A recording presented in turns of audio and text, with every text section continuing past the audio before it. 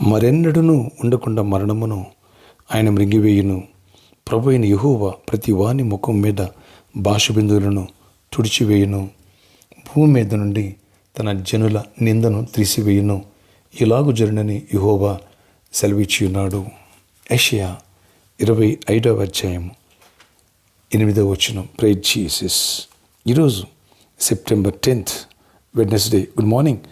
పరలోకనేసే సంఘ బిడ్డలందరికీ, ఆత్మీయులందరికీ, ఇతర దేశాలు, ఇతర రాష్ట్రాల్లో ఉన్న మన ప్రియులందరికీ కృపాక్షేమములు సమృద్ధిగా విస్తరించునుగాక. ఆమేన్. ఫ్రెండ్స్, ఇక్కడ వాగ్దానాన్ని సరిజ్ఞాపం చేసుకుంటాం. మరెన్నడూ వండుకోకుండా మన జీవితాల్లో నుంచి మరణమును ఆయన మింగివేయును. అనగా ఇది ఆత్మీయ మరణం. రక్షణ పొందిన వారి కుటుంబంలో ఆత్మీయ మరణం అనేది లేకోకుండా, పాపం వల్ల వచ్చి జీవిత మరణం అన్నమాట. ఆత్మకు మరణం లేకోకుండా మనకి నిత్య జీవాన్ని ఇస్తా అంటున్నాడు దేవుడు. కనుక ప్రతి ఒక్కరిని రక్షించుకొని నిత్య జీవంలోని మనల్ని అందరినీ చేర్చుకునుగాక. అలాగే భౌతిక సంబంధమైన మరణాన్ని కూడా దేవుడు దాన్ని కొట్టివేసి మన జీవితాలలో దీర్ఘాయుష్ని, అలాగే ఆయన పంపిన ప్రాజెక్ట్ని కంప్లీట్ చేసే వరకు సజీవులుగా నిలబెట్టే కృప దేవుడు మనందరికీ అనుగ్రహించునుగాక ఈ వాక్యాన్ని బట్టి. అంతేకాదు ప్రభువైన యెహోవా ప్రతి వాని ముఖం మీద బాష్పబిందువులను తుడిచివేయును. ఎందరో దుఃఖములో, బాధలో, నిరుత్సాహములో, నిరాశలు, నిస్పృహలో ఉంటూ ఉంటారు. కొన్నిసార్లు కోరుకున్న పనులు జరక్క, ఆశించినవి దొరక్క, అయిన వారు దూరమై, మరికొంతమంది ఆప్తులే అనాథలు విడిచిపెట్టి వెళ్ళిపోతే ఎంతోమంది దుఃఖంతో ఉంటారు. ప్రభు అంటున్నారు, వారి కన్నుల ప్రతి బాష్పబిందువు నేను తుడిచివేస్తాను. దేవుడు నీ కన్నుల ప్రతి బాష్పబిందువు తుడిచివేయునుగాక. నెమ్మదిని, ధైర్యాన్ని, దీవెననిచ్చి స్థిరపరిచి బలపరిచి గొప్ప కార్యాలు చేయనుగాక. భూమి మీద నుండి తన జనుల నిందను తీసివేయును. నేను నిందను తీసేసి నీ అవమానమును రెట్టింపు ఘనతగా మార్చే దేవుడు నేను ప్రకటించే యేసయ్యా. మర్చిపోక ధైర్యంగా ఉండు, విశ్వాసంలో బలపడు. నీ దుఃఖ దినములు సమాప్తమగునుగాక. ఒకవేళ వ్యాధితో చనిపోతాను భయపడుతున్నావేమో, నీ మరణము నీకు దూరమగునుగాక. నీ వ్యాధి సాక్ష్యముగా మారునుగాక, స్వస్థపడునుగాక.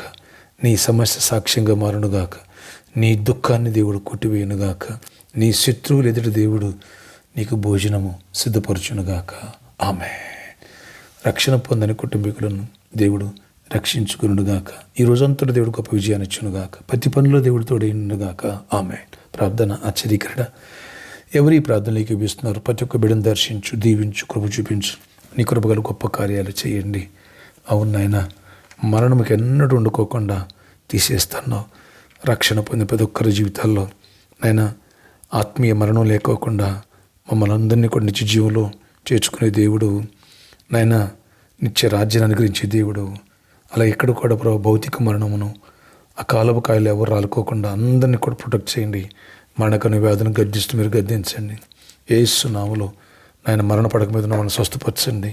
వ్యాధులను స్వస్థపరచండి. ప్రతి బలహీన తీసేయండి. దీర్ఘకాల వ్యాధులను తీసివేయండి. డయాబెటిక్, బ్లడ్ ప్రెషర్, అలాగే heart problems, lungs problem, liver problem, kidneys problem, వీటితో సఫరుతున్న వాళ్ళందరినీ కూడా స్వస్థపరిచి అద్భుత కార్యాలు చేయండి. ఎవరైతే నాయన మరి ఆయా సమస్యలు గుండా వెళ్తున్నారో సమస్యలు విడిపించండి. ఎవరైతే ప్రభు జాబ్ లేదో వాళ్ళకి జాబ్స్ ఇవ్వండి. ఎవరైతే ఐక్ కోరుకుంటున్నారో ఐక్స్ ఇవ్వండి. ఎవరికి నాయన మరి బిజినెస్లో ఆశీర్వాదాన్ని ఇవ్వండి. మ్యారేజ్ కానడుగు మ్యారేజ్లు అవ్వాలి. గర్భఫలం బిడ్డ గర్భాలు పొందాలి. గర్భిణీ స్త్రీలు క్షేమాన్ని సుఖప్రసవాలు పొందాలి. ప్రతి ఒక్కరు అవసరాలు తీర్చండి. విద్యార్థులను దీవించండి. కాలేజీల్లో ఆయా స్కూల్స్కి రాకపోకల్లో క్షేమాన్ని ఇచ్చి నాయన స్టడీస్లో సక్సెస్ అవ్వాలా. ఎగ్జామ్స్ సిద్ధమవుతున్నారు బిడ్డలు, ఆ విషయాలు కృప చూపించి ప్రతి ఎగ్జామ్లో తోడేయండి. జ్ఞానము, వివేచన కృపనివ్వండి. ప్రతి ఒక్కరు అవసరాలు తెచ్చిన ఫైనాన్షియల్ కూడా బ్రేక్ త్రూ ఇవ్వండి. నాయన విడుదల పూడ్చండి. ఎవరి రోజు బర్త్డే, వెడ్డింగ్ యానివర్సరీ పడిన వాళ్ళని దీవించి దీర్ఘాయుష్ కృపాక్షేమం దయచేసి గొప్ప నామని మహిమ చెందండి. నీకు విరుద్ధకరమైన ఏ శక్తులు పనిచేయను ఒక కృప దయచేసి చేయమనివ్వని. ఈ రోజంతలో కూడా దీవెని ప్రతి పనిలో తోడండి. ప్రతి ఆటంకాన్ని కొట్టివేయండి. అన్ని విషయాలు మా ఫేవర్ జరగాల. కృప చూపించి కార్యాలు చేయండి. యేసు నామములో ప్రార్థిస్తున్నాను తండ్రి. ఆమేన్.